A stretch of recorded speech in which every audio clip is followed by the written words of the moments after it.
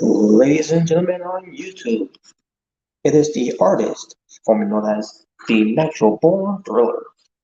And finally, the wait is finally over, and we're finally doing a wrestling review for the first time in 2022. Now, I don't include the ones I do with the Asylum, especially when it tends to be in the Asylum, where it tends to go in some other wrestling shows. I don't include those shows, where it tends to me doing an actual wrestling review, or actual wrestling review playlist. That's all what I mean by that. And I do apologize for not being able to do it since back in November. And yeah, I got a lot of catch up to do, folks, especially with everything that has gotten in my way, distractions, being hacked, family things, and all that. And we're happy that that was too much distractions and me being occupied in a way. But I'm here to do this. And if I'm going to start off doing a wrestling review, I'm going to start with the wrestling review that I said I promised I was going to do. And that is New Japan Pro Wrestling. Pertains to New Japan, for this New Japan review, pertains to Wrestle Kingdom 16. Took place at the Tokyo Dome for both nights, which I'll get to, and pertains to the Yokohama Arena, which took place in the third night. So yes, there was not only one or two, but three nights of Wrestle Kingdom. Two of them felt like it was Wrestle Kingdom. The other night, we'll get to that when we get to it. But yes, this will be Wrestle Kingdom 16, which tends to the tagline of Beyond the Legacy, New Japan versus Noah. No, basically known as Pro Wrestling Noah.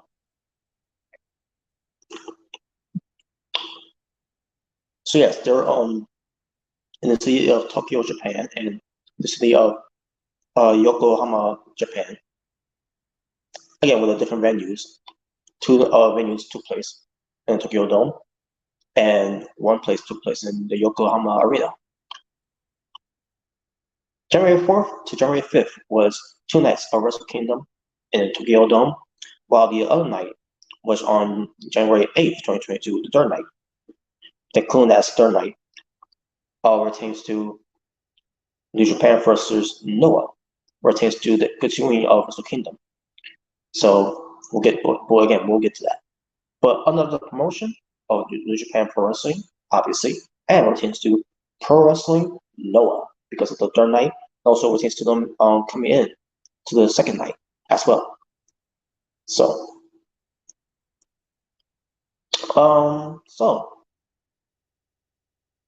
I guess we should start off first with the English commentators of Kevin Kelly and Chris Cartman.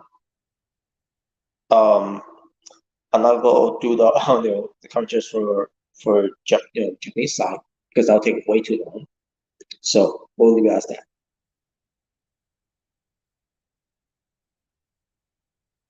So let's start with night one. Night one featured a pre-show of the 19-man New Japan Ramble to determine who will challenge for the Provisional KOPW 2022 trophy on night two, which we'll get to that. And I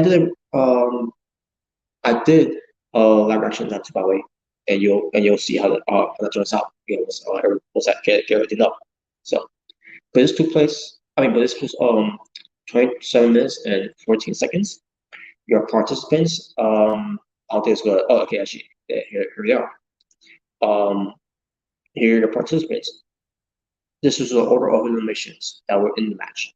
You have someone named Koshin Fujita. You had Yoto Nakashima. You had Ryuhi Oiwa, I guess that's his name. Takamichi Noku. Master Wato. Hiroyoshi Tenzan. Satoshi Kojima.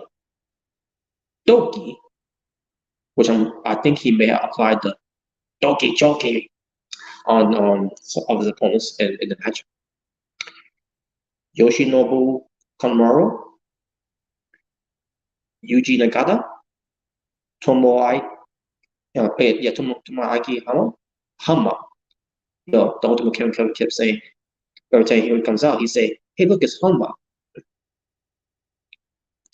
Balak Farley, Hanori, excuse me, Aaron Hanori, the former host of the Toro Honori, before he ends up becoming Aaron Honori, being part of United Empire.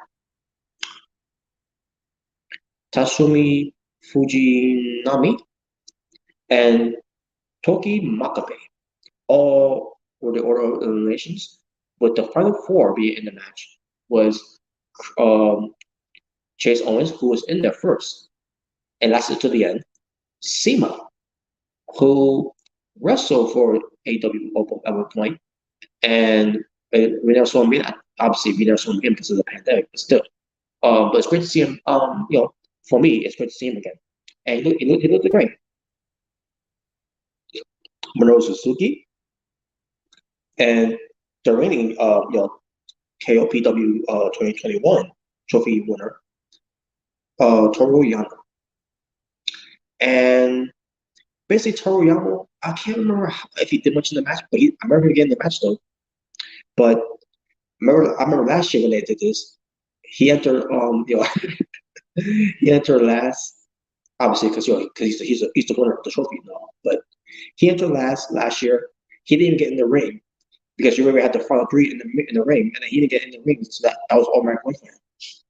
So this year he's a get in the ring, but he didn't do much. But then basically after again the order missions, Toki Makabe game made, Toru Yano was in there, and then basically he did it again.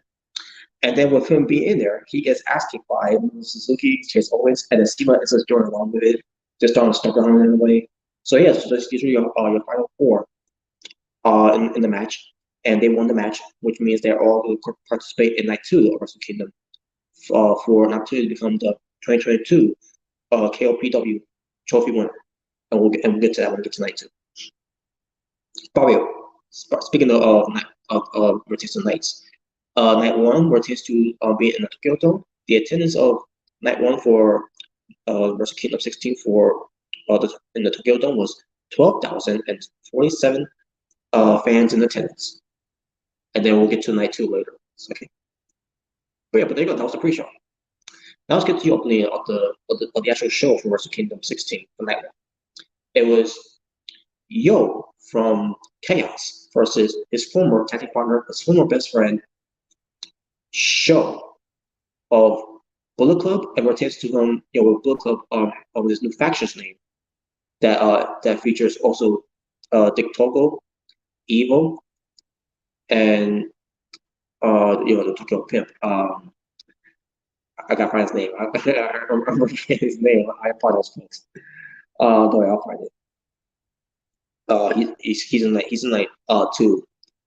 How can I forget his name? I know. There we go. Yujiro Takahashi. There we go. I'm sorry, folks. I'm drawing a blank. Yeah, I had a brain fart there, so I apologize. But yeah, that's basically who oh yeah, House of Torture. I think I already mentioned House of Torture. House of Torture is this new faction that's a part of Bullet Club. Kind of like how when just Kenny Omega and the Young Bucks when they formed the Elite, and they were still part of Bullet Club. It's basically like that. It's one of those type of things. Even the thing with the Tongas, which is to Tamatonga and Tonga Lola and Haku and Balafale, where it tends to be the primary squads. There you go. Even though they call it primary squads, there's two part Bullet Club. This, by the way, we'll get to more. I'm pretty sure I already talked about that already. When they be in the asylum, but still. Suddenly, I talk about what tends to give my actual thoughts about that whole thing. Rapid is part of it. But anyways, back to the match. Yo versus Show. I knew this was going to be the match between these two. And sure enough, it was. 12 minutes and 32 seconds it lasted. Pretty good opener with Yo winning, which I knew he was going to. And obviously, was the House of Torture while he cheating tactics they were doing there, and that's exactly what they did. But it didn't matter because at the end of the day, Yo is again the win, like I thought he would. So, but that was just one of the things that Chaos and Bullet Club versus to House of Torture. This chances this whole intense rivalry, which in a way I kind of fan of in a way because the House of Torture, especially pertains to who's in it too. But I digress. Anyways, next match, Bullet Club that represents Kenta, um, Taiji Ishimori, and El Phantasmo versus Hiroshi Tanahashi and the mega coaches of Ryusuke Taguchi and Rocky Romero in a six-man tag team match. 8 minutes and 40 seconds it lasted. This was basically a match about how the BC say for BC anthem ambulance and all that pertains to a small match. Basically pertains to any type of 6-man or a 8-man or 10-man tag match. It's not more of a small match. So that's basically what it was. This is this is a warm-up match to we get to night 2, which is to Kenta versus Hiroshi Tanahashi for the IWGP United States Heavyweight Championship, which we'll get to tonight too. But in this match, you have Hiroshi Tanahashi gets disqualified, hitting Kenta with the chair because Kenta brought a chair in there, and from there, referee trying to make sure the match doesn't end, it to by disqualification. But he had no choice because Hiroshi Tanahashi get attacked in the chair, not just Kenta, also onto Ishimori and to El Phantasmo. So from there, the winner goes to Booker. So, and this is the other side of Hiroshi Tanahashi we never seen before. I mean, we've seen him often do that before. When he was a heel, with him being a babyface and and being beloved and being the ace and being what their heroes in pro wrestling, not just in pro wrestling but also outside pro wrestling. Then the last thing they want to see is that side of Hiroshi Tanahashi. So yeah, that was very something intriguing. Next match is another smalls match that will feature the United Empire of Will Ospreay. And not versus, and two others in the Great Khan and Jeff Cobb. They go up against Los Ingobernables de Japón of Tetsuya Naito, Sanada, and Bushi. 9 minutes and 27 seconds lasted. But again, the match wasn't that important in a way. It was another small match until we get to the important matches, which is to Will Ospreay versus Kazuchika Okada or Shingo Takagi on night 2, which we'll get to that part later on. As far as Great Khan versus Sanada, that's also an important match that happened on night 2. And another important match, Jeff Cobb versus Tetsuya Naito, happened on night 2 as well. Now, in this match, I didn't notice anything pertaining to Jeff Cobb, but apparently they said Jeff Cobb got hurt in this match. I don't know how. I don't know if it was a sign of it. I thought maybe, to me, I thought he was just selling. And then when we get to night 2, he didn't find me. We'll get to that later. But yeah, but they said Jeff Cobb got hurt here, and I think that's why Jeff Cobb lost the match he did from night 2. I'm not down to hurt. I believe he still would have won the match. I believe he would have won the match if they would have never had called that's horrible. Because if that was the case, if he was hurt, then it's understandable. It's understandable why he had to take that loss against Tetsuya Naito, which we'll get to that when we get to night 2. But in the end, it was Will Ospreay in the win from Bushi because Bushi's always there to take the loss for Los Ingobernables de Japón. That's when they always came out, which is the Triple Wrestling, or it's just the Bushi. They see Bushi as a weak link in that faction, and that's not fair. He's pretty good, and he's better than this. So then we get to so this is what some people were saying it was controversial because of Katsuhiro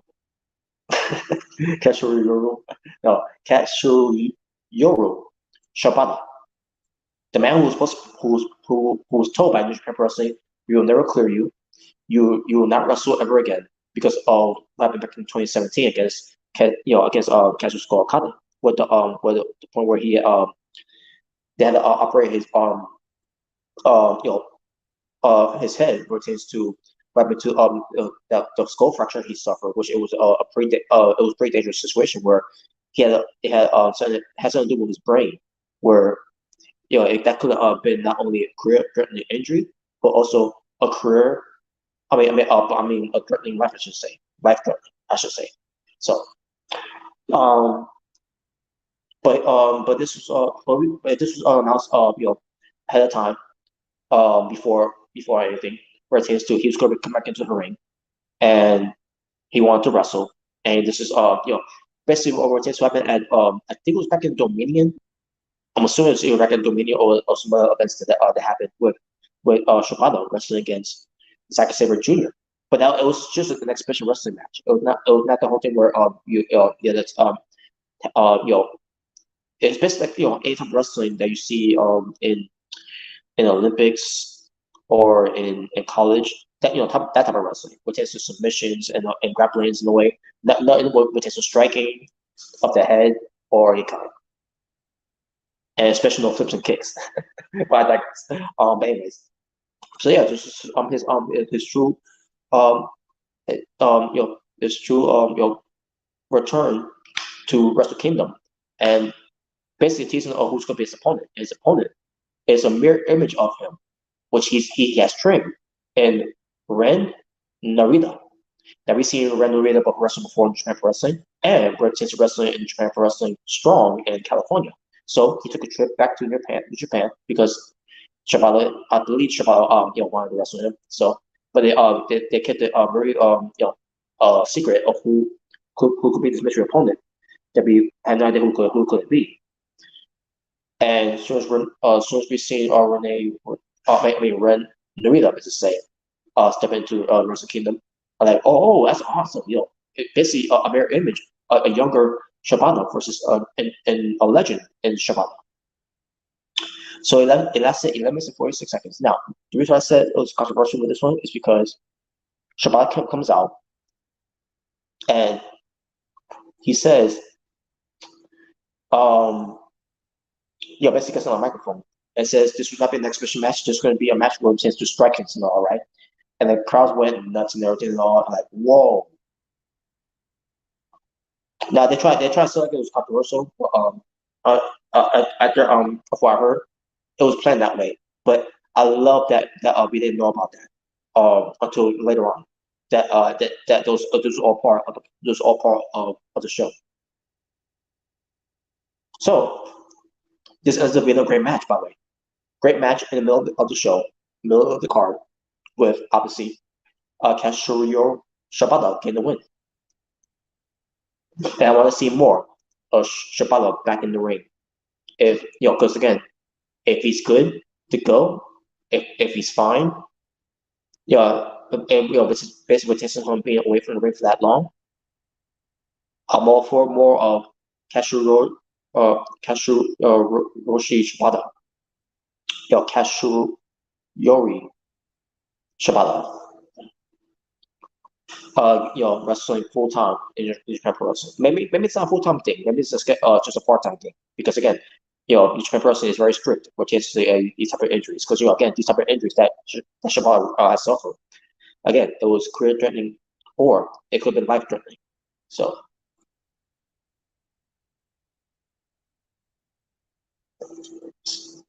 But anyways, yeah, great match though, great match. Then we get to the Never Openweight Championship match, singles match. 12 minutes and 10 seconds lasted with Evo being accompanied by Togo versus the champion, Tomohiro Ishii. Ishii representing Chaos. The match was terrible. Not because of Ishii, because of the cheating that's going on with Evo and all that. And Evo, he's fallen off the face of the earth for me now. I don't know what Evo is thinking doing this type of matches the way he's doing things anymore. I mean, he's doing some cool spots in the match too, no, which is the wrestling itself and wrestling moves and impactful moves. But overall, this match was not that good. It was not the best match at all.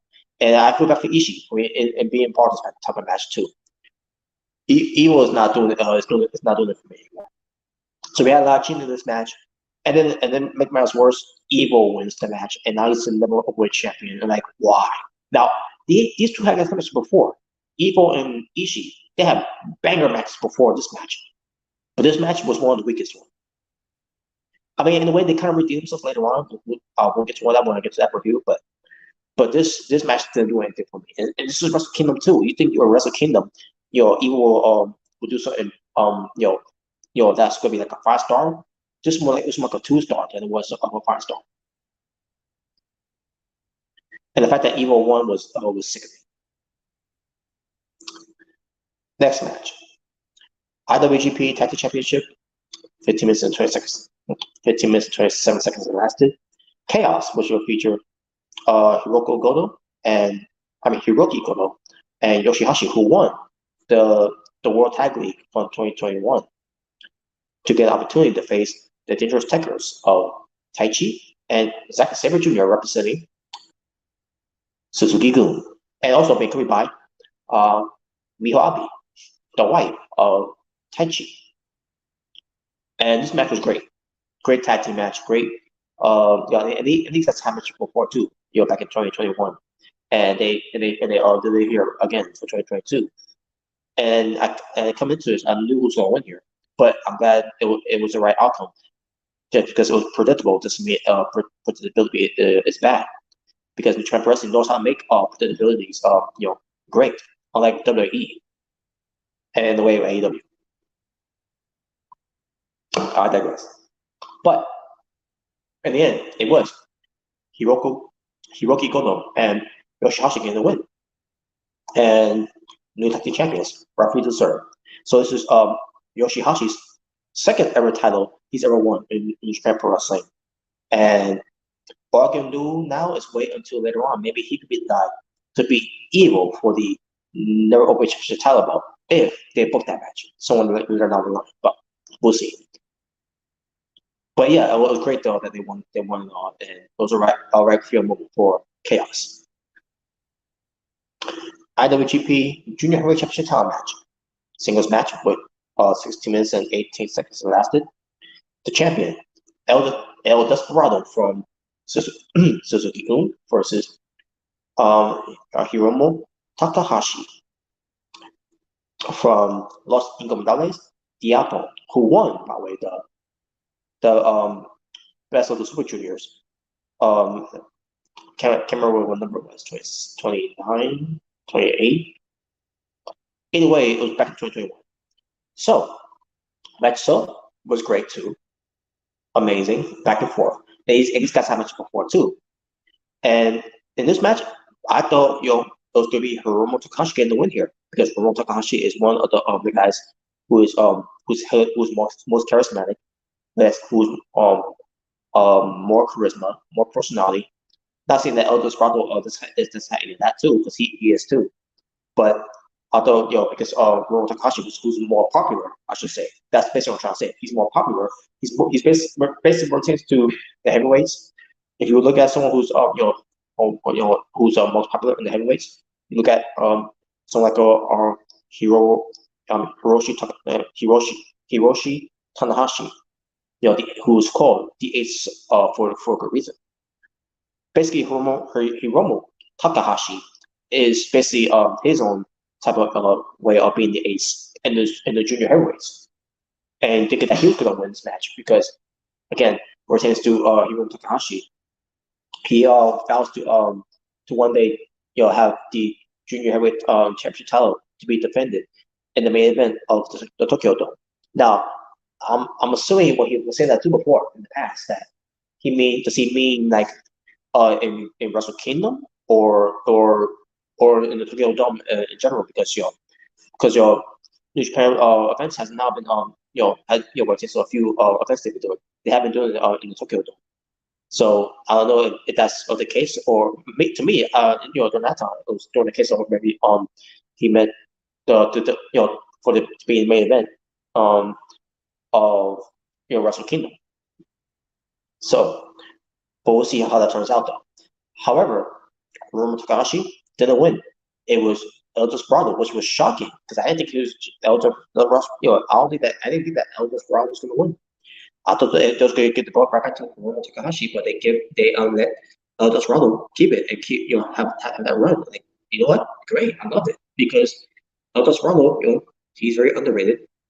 In a way, he was kind of unappreciated in a way. So they gave him this win to one of the most popular wrestlers in that division in Japan Pro Wrestling. And like, wow, that's a huge win there for El Desperado there, especially in Wrestle Kingdom. I mean, what can you go wrong from there? Good for him. And I'm glad he did. Main event time for the IWGP World Heavyweight Championship. 24 seconds it lasted. Kazuchika Okada, who won the G1 Climax. Let's see, was that 31 or something like that? I can't remember if it was 31 or not, but basically for 2021, with him with the briefcase, but instead of carrying the briefcase, he's carrying the original IWGP Heavyweight Championship title, the belt that he made famous against the champion, Shingo Takagi, and that had me thinking if Okada wins, which he was my protection to win by the way, but if Okada wins, then Okada can bring back the IWGP Heavyweight Championship belt back. And then you can do something with with the IWGP World Heavyweight Championship belt to be retired in a way, right? But as far as the match itself was great between both guys, going back and forth. And coming there again, I was going for Okada to win because maybe he could be the one. Because people have been crapping on that new belt because ever since called it Ibushi decided to merge both belts, basically getting rid of in a way to retire both belts of the IWGP Heavyweight Championship belt and the IWGP Intercontinental Championship belt to merge them into one, and that is to become the IWGP World Heavyweight Championship. I don't know. Maybe all of a sudden, maybe Okada does something with that, but no, instead, after he won, he got the IWGP Heavyweight Championship belt that he was carrying with, and then he gave it away to I believe one of the guys who's there on the belts in the way, or saying I don't know, I can't remember who he gave it to, but basically Okada was holding that belt for the last time, only to get the new belt around his waist. And like, oh really? Oh come on. It was kind of disappointing. It was disappointing. That they won with this new belt instead of going back to the old belt. And maybe they could have brought back the championship belt. Because again, a huge mistake in the person's part for even retiring the IWGP Intercontinental Championship belt. Because guys like Shingo would have been great with that belt. Guys like who else got put in there? Aaron Honari, he could have been great with that belt.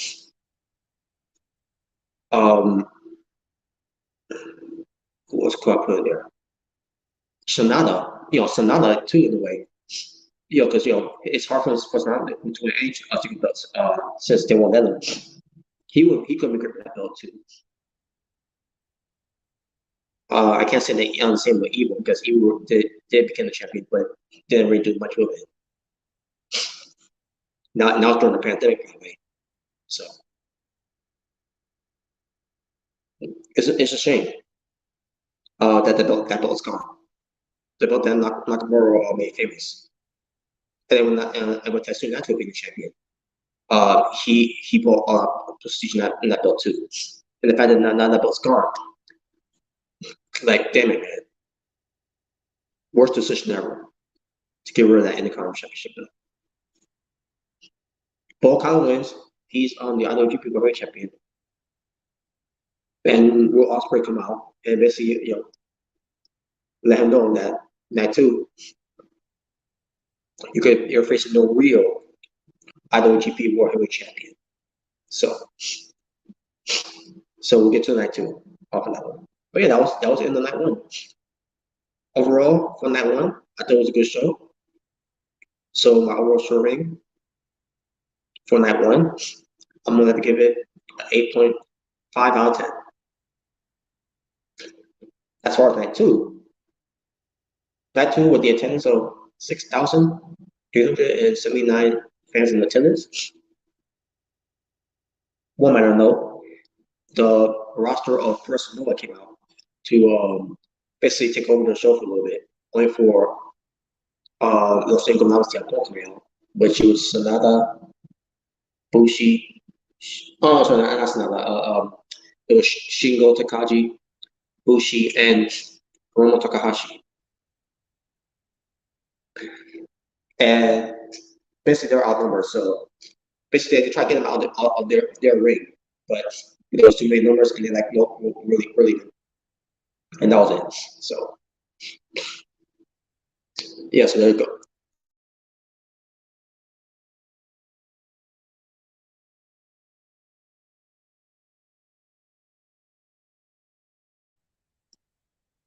So that's where this one bring up, which is the whole on those there. But let's get to the pre-shows because it's very important to talk about what you the pre-show. I mean, not the pre-show itself. I should say, the opening. I should say, Wrestle Kingdom Night 2. But let's get to the pre-show first. Because the pre-shows had Yuji Nagata and the great Bash Heel, which is Toki Makabe and Tamaki Hama, defeating Book Clubs by Fale, Gedo, and Jato. In the six-man tag team match in 6 minutes and 40 seconds. Not much to say about the match, but I already mentioned the babyface as well. The pre-show also featured match 2, which was another 6-man tag team match in 9 minutes and 23 seconds. It was Master Wato and Tenkoji, which is the team of Hiroyoshi Tenzan and Tatsushi Kojima, defeating Suzuki-gun of El Desperado, Yoshinobu Kanemaru, and Takemichi Noto. And if I recall, Takemichi Noto was the one who took the loss here. Because Takemichi Noto, ever since coming back to Japan, he'd been losing a lot of matches for his team. So, and the final pre-show match, another 6-man tag team match, this time 10 minutes and 28 seconds. Los Ingobernables de Japón that featured Shingo Takagi, Bushi, and Hiromu Takahashi. Think about it, 2 guys who wrestled on night 1, Wrestle Kingdom, on the card. Shingo Takagi, former IWGP Heavyweight Champion, and not to mention one of the most popular wrestlers in the Super Juniors, or junior heavyweights, I should say, of Hiromu Takahashi, when the best of Super Juniors back in 2021, and retains him being the multiple times IWGP Junior Heavyweight Champion. Both guys, being at night 1, now been reduced to the pre-show for night 2. But hey, it's a show up later on the show, just confronting the personnel of rosters. I guess that should be something, right? But anyways. But they went up against Suzuki Moon of Taichi, Zack Sabre Jr., and Doki. Again, pertains to another team rugged to the pre-show, Taichi and Zack Sabre Jr., former tag team champions from New Japan Pro Wrestling for night 1. One of the greatest tag teams of this generation of New Japan Pro Wrestling. They've been reduced to the pre-show as well. But yeah, Los Ingobernables de Japón won the match against Suzuki-gun. And guess who? And you could take a break. You could take a guess of who lost that match. Doki. So that was the pre-show. Now let's get to the main show. And the main show opened up with a 3-way tag team match for the IWGP Junior Heavyweight Tag Team. Oh, I'm sorry. I thought about those. Okay. What I said about earlier, forget that. I thought the other match was the opener, but instead this was actually the opener. The opener was the 3-way tag team match for the IWGP Junior Heavyweight Tag Team Championship. 12 minutes and 7 seconds lasted with the Flying Tiger of Robbie Eagles and Tiger Mask, the tag team champions, versus the mega coaches of Ryusuke Taguchi and Rocky Romero versus. And this is their tag team name, folks. So here we go. Bullet Club's cutest tag team. Yeah. Bullet Club's, yeah, you heard me right, folks. Bullet Club's cutest tag team. And the cutest tag team in Bullet Club are Taiji Ishimori and El Phantasmo. I don't ever want to say that name ever again. Or say the tag team names, by the way. I don't ever want to refer to them as that tag team name ever again because it's stupid. Match yourself. I thought it was good. And then what was memorable about this match was that they finally revealed that El Phantasmo, after having people kept saying that boot must be loaded. That boot that he's wearing, must be loaded, Or takes the whole super kick, the whole sudden death thing. Well, it's been revealed that there was a metal plate, some type of metal plate object in a way that was in his boot. And that's how he's going to win his match. He hasn't won all his matches to that, because again, those are matches that he's still didn't win with. But when it takes to win all his matches, that's how he's doing they win all his matches. They finally revealed it, and with that, they got disqualified. So now it's just between the mega coaches and the Flying Tigers, on the Flying Tiger, I should say. There's no S in there, so.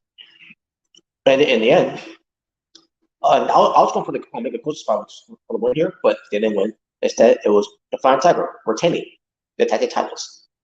So there you go.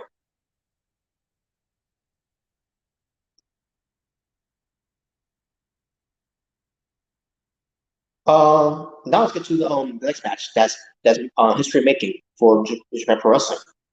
Not since last we've seen. Not since the day that we saw a woman wrestle in Japan Pro Wrestling before. Last time that happened before, it was with the ninth one of the world, China. Rest in peace to ninth one of the world, China. Because now pertains to Stardom, an all women, an all woman Japanese promotion. Stardom, exhibition tag team match to feature on the main show of Japan Pro Wrestling Night 2, which is great, making history making there. Now they wrestled before pre-shows, but that's just pre-shows. The fact that we're seeing them wrestle now on TV on the Japan World, which are however you want to say, it's a big deal. That's 9 minutes and 14 seconds with the tag team of Tam Nakano and Saya Kamitani defeating Mayu Iwatani and Starlight Kid. And the match itself, it was good, pretty good. And you got the crowd here into it as well. I mean, obviously you couldn't hear them because COVID-19 protocols. All they could do was clap and make stomping noise. But you could tell they were into it. They applaud everything that they did there. And then in the end, it was all about history making at the end of the day.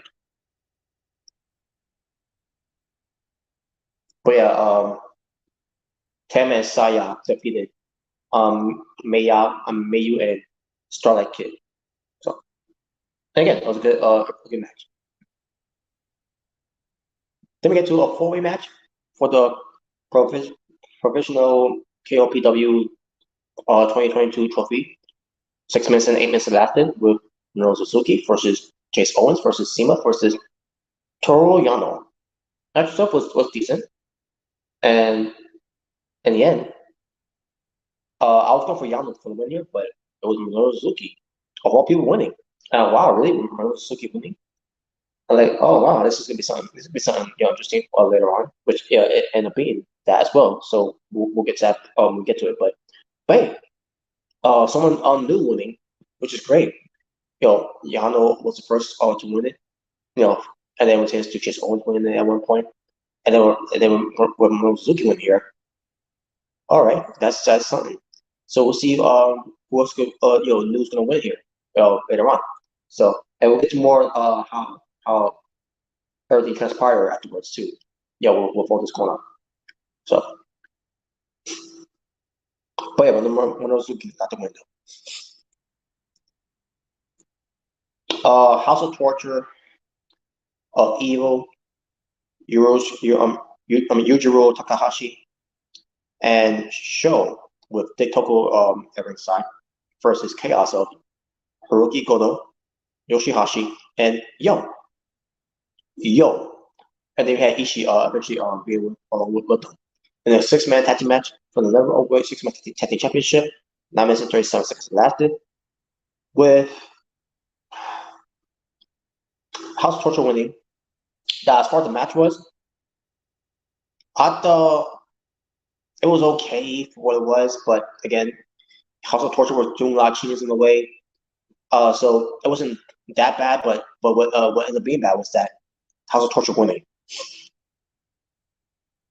especially with I'm pretty sure Evil got the win, which makes it even more worse that Evil had to win the match.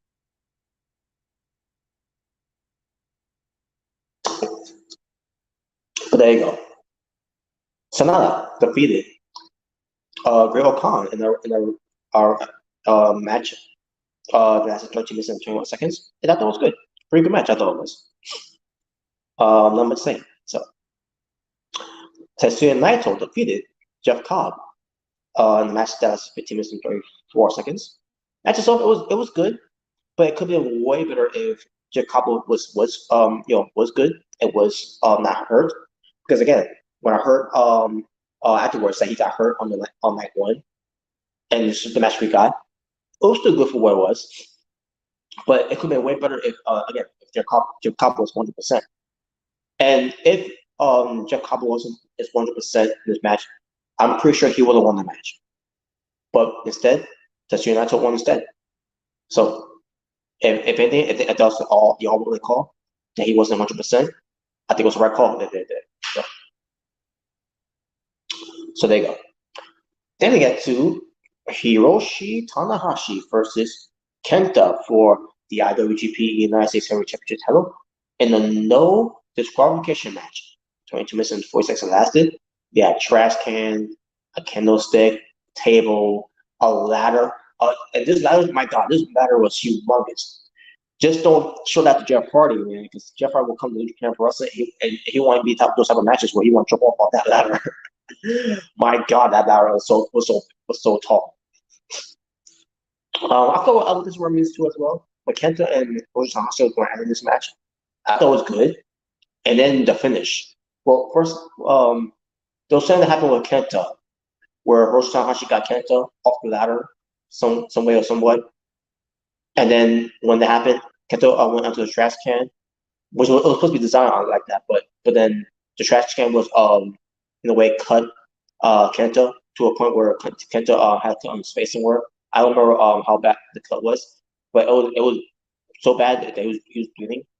Luckily, it didn't it didn't poke his eye out, because I believe that was like close to his eye in a way. And I'm like, wow, that was a safe call there, but still, it was not a safe call because he still ended up getting hurt after that because he couldn't compete at the next night of night 3, I should say, not the next night, but he couldn't compete night 3. A couple nights later because that injury he suffered in that match. But Hiroshi Tanahashi climbed the ladder, and he was paying homage to Shawn Michaels and Razor Ramon for WrestleMania 10 of their ladder match. We went for the high fly flow onto Kento through a table, and then obviously beats him from there, pinning him, and gets the win. New IWGP United States Heavyweight Champion, Hiroshi Tanahashi. He wants the title back from Kenta. And what a match that was, but at the same time, oh man, I wish Kenta was, was, was, um, trying to remember how to say it. Basically Kenta, the injury that happened with him there, I wish it would have, been a different type of way, for him not to get hurt the way he got hurt. I don't know. I'm trying to, kind of, make some sense here in a way, which is, giving Kenta some type of justice here. But hey, man, I really hope Kenta's all right though, because I don't know if he's been back yet. Well, what I see, I haven't seen the New Japan Cup yet, but hopefully he is back. Because hopefully the injury wasn't that serious where he had to miss action because of that. So, all right, but then we get to the main event for the IWGP World Heavyweight Championship. 32 minutes and 52 seconds lasted with Kazuchika Okada, the IWGP World Heavyweight Champion, versus the real IWGP World Heavyweight Champion and Will Ospreay. This match was great. Back and forth between the two champions. And in the end, Okada gets the win. Now I thought Will Ospreay was gonna win here. Especially more takes to me thinking about, and maybe Will Ospreay should win here because since Okada decided not to bring back the original IWGP championship belt back, maybe this is a way for Will Ospreay to get the win, and then he could be the undisputed IWGP World Heavyweight Champion. But instead, it was Kazuchika Okada being that was being the undisputed World Heavyweight Champion of Japan Pro Wrestling instead. And either way, it's great that Okada wins. Either way.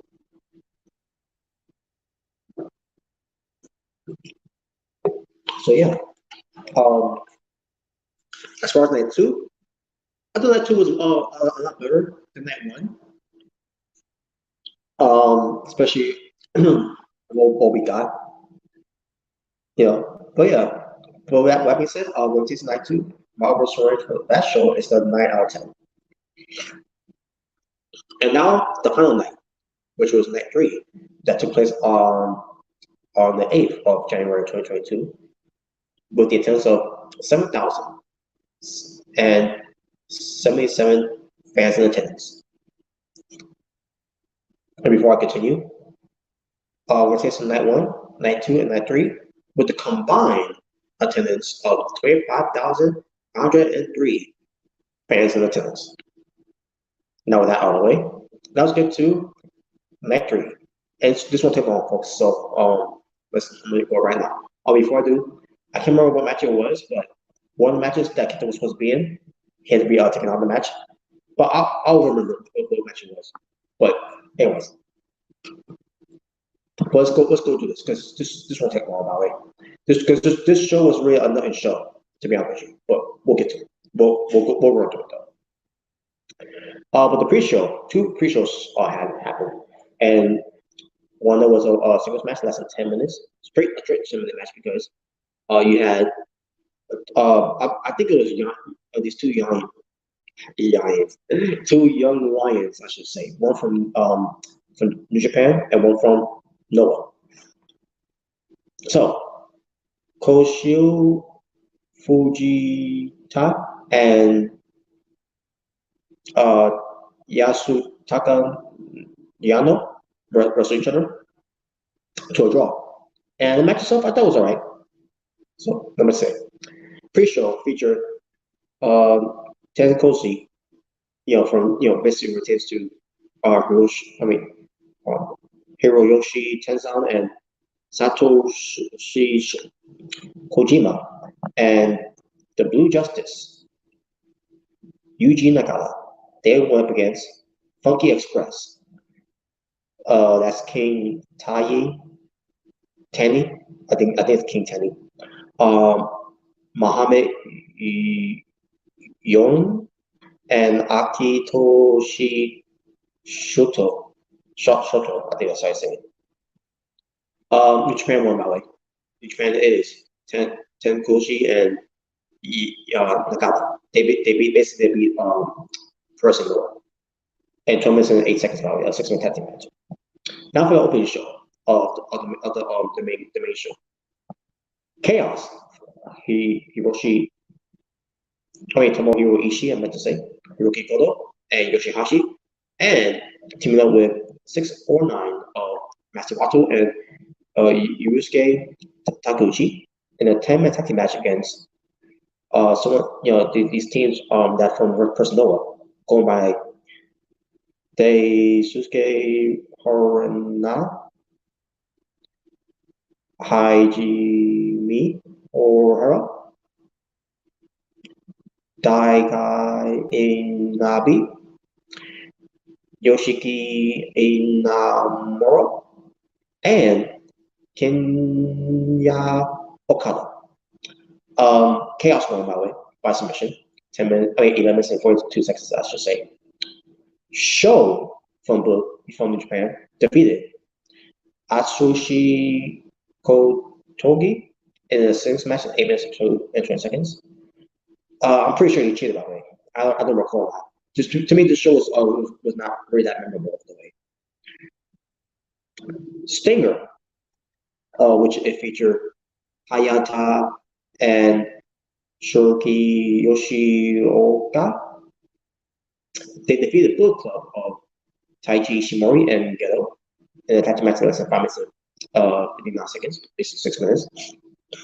Suzuki Gun El Desperado and Doki defeated Los Burros Mal del Apon, which is Yohei and Noshawa Rangai in a tag match 9 minutes and 9 seconds. So yeah, so the Japan thing won. Just Suzuki Gun. So Giro-gun is a type of, it's a new type of, a different type of gun from Noah, and pertains to who's in it. It was Takashi Chujiura and Kazushi Sakuraba, and taking the place of Kenta was Toru Yano, as they defeated Suzuki Gun of Takemishinoku, Taichi, and Morono Suzuki in the 6-man tag match in 9 minutes and 37 seconds. Yeah, so this was a match that Kenta was supposed to be in, but he had to be taken out of the match because because he got hurt from night 2.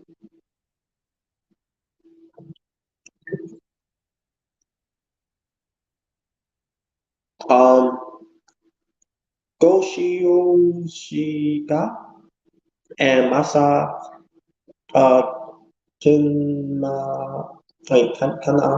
Kantamiya defeated as a torture of Evil and Dick Togo by pinfall in tag match in 9 minutes and 53 seconds. Barker says, "Thank God," but doesn't really mean shit anyway. So what was the point? Nomishi Marufuji and Yoshinori Gawa,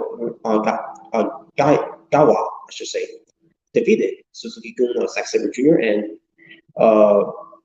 Yoshinobu Kanemaru in a tag match less than 15 minutes and 20 seconds. Los Ingobernables Diablo of Tetsuya Naito, Shingo Tagachi, Sanada, Bushi, and Hiromu Takahashi defeated Kanho of Katsuhika Nakajima, Kenho, Manabu Soya, I should say, Soya,